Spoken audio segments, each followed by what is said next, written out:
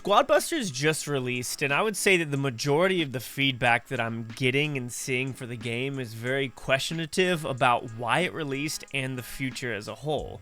So today we're going to go over some of these comments, have a discussion, and I would love for you guys to comment down below the pros, the cons, the good, the bad that you see within Squad Busters. Now for me, I believe that in order for Supercell to launch a game globally, they have a big future plans. I know and have worked with Supercell for a very long time, and as we've seen, they have killed many games, so they must really have some faith in either this team or the game itself.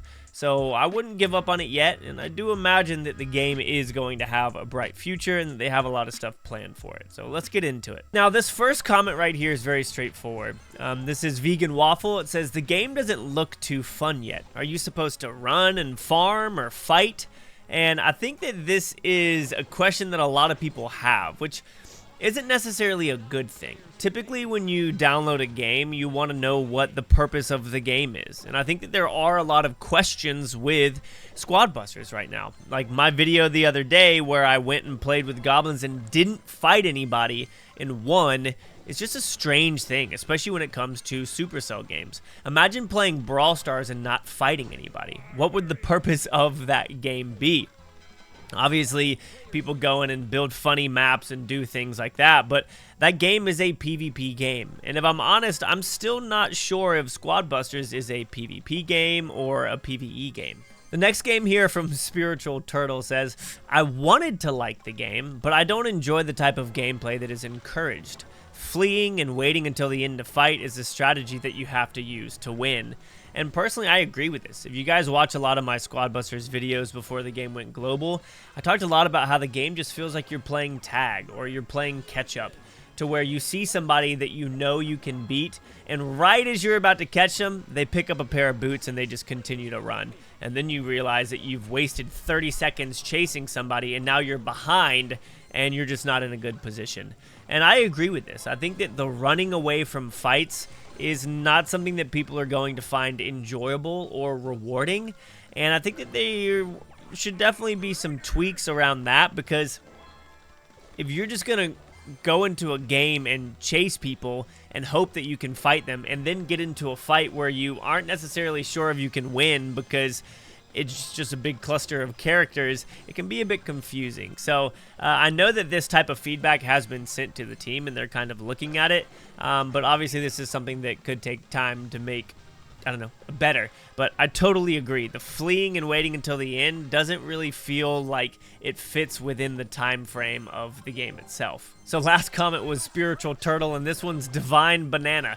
Said, bruh, I started playing yesterday and went on a 26 win streak without fighting another player. This kind of goes along with what we've been saying so far, that the game doesn't seem like it has an identity. Like what is it? What is the purpose of this game? If you're somebody who likes being competitive and strategic, yes, there is strategy in this game. Does it live up to the strategy in other Supercell games like Clash of Clans, Clash Royale, Brawl Stars? Not even close. And so I think that it's very interesting when you look at the current player base of Supercell games. I don't think that a lot of them are going to find the same rewarding experience that they get from other Supercell games in this one, because the strategy just isn't to the same level. So what are some things that you guys think they could do when it comes to strategy to make the game a little bit more rewarding and challenging? Next, we've got a comment from Oreo saying, loving the game so far, but it has a depressing monetization system. You really need to spin if you want to remain competitive due to locking characters and an early upgrade behind the paywall. The part about megas being rare to find is fine, but having a number counter for how much you draw up in chests outside of the matches feels bad. So people are always going to mention monetization systems in games like this. They're always going to say, this is pay to win. Now, if you were to go back to video games 10 years ago, if people said something was pay to win, then a lot of times that meant that you had to spend a lot of money to get stuff done. But people also liked putting time into games.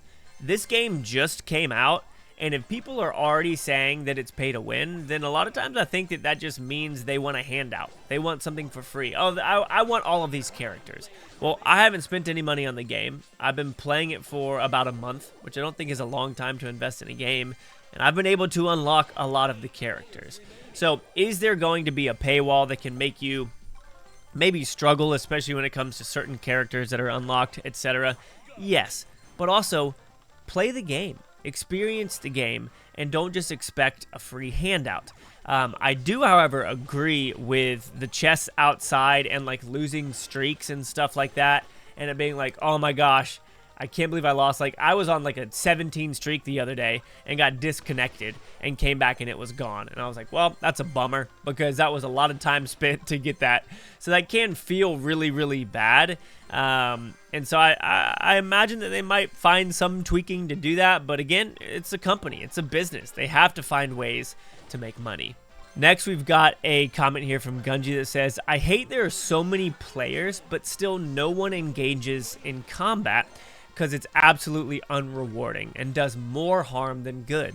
Players are just mindlessly rolling around the map. It gets really boring and repetitive really quick. I guess that's the reason you can only accumulate 3 tickets at a time. Completely agree with this, and I'm curious as to what the team's desire is for combat in the game.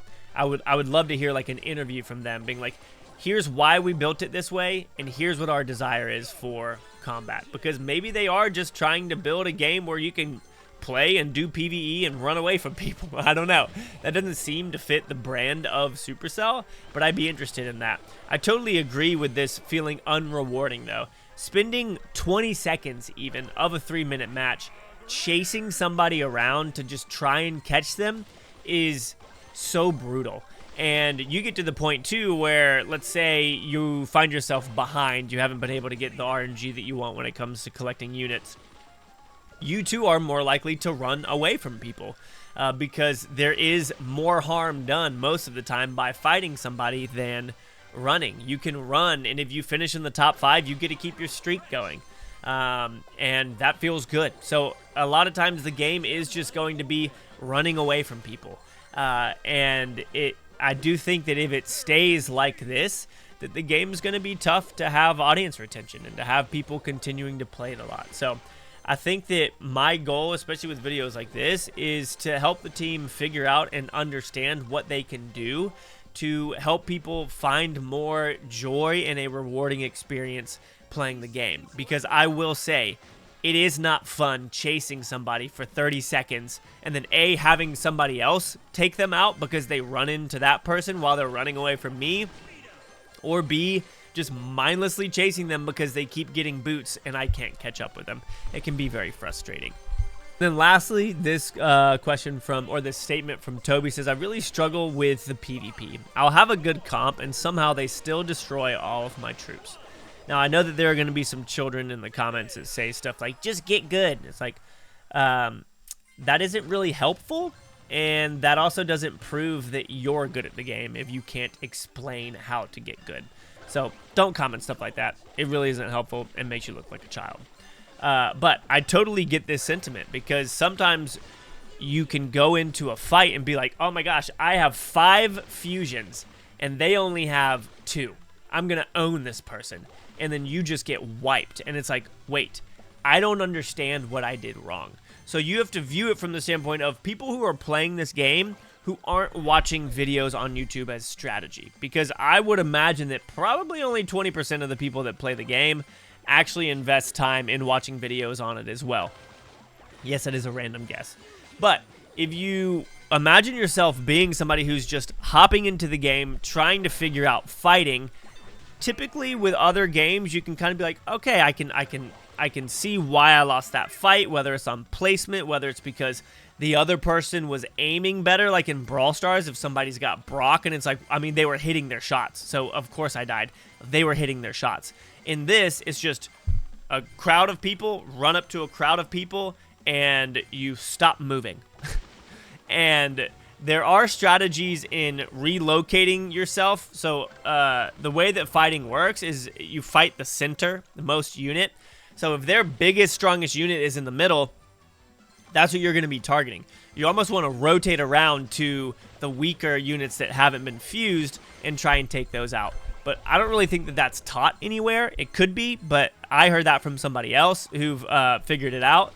But even still, in those scenarios, I've gone into fights where, hands down, I have had, let's say, more gold spent on damage dealing units, okay? So I have more units and more fusion units, and I still lose. And it doesn't really tell me why.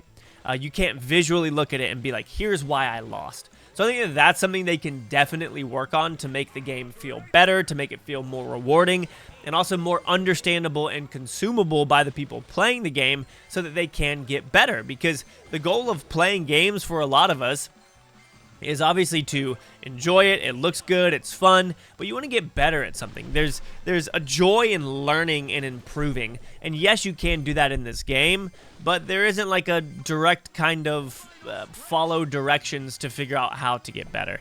So I would love for y'all to comment down below some of your issues with the game, and again, make it constructive. So say, hey, here's my issue and here's how I think they can fix it, because I really think that like I said earlier, Supercell's not going to just mindlessly put out a game. I saw a bunch of people commenting, and they were like, seriously, they got rid of Clash Mini, and they made this? And I kind of get that sentiment, because Clash Mini was a freaking awesome game. In fact, before Clash Mini was ever even announced, I publicly was like, Supercell needs to make an auto chess game. This was probably 6 years ago at this point. And so I loved that game. And to see a game like that, that in my opinion has significantly more strategy than this, but this goes global once it's announced, just feels a little bit strange and leads to a lot of questions. And so make sure that you guys comment down below. Let's see if we can help them understand our perspective, and hopefully they can come out with a video or something like that that helps explain their perspective as well. And at the end of it all, we know that Supercell doesn't take launching games lightly, and so I don't think that they're going to take this launch lightly. So there's a part of it where we need to trust them and trust that they know what they're doing, and I'm excited to see the future of the game. So let's, try and help them make it better, and I'll see you on the next one. Peace out.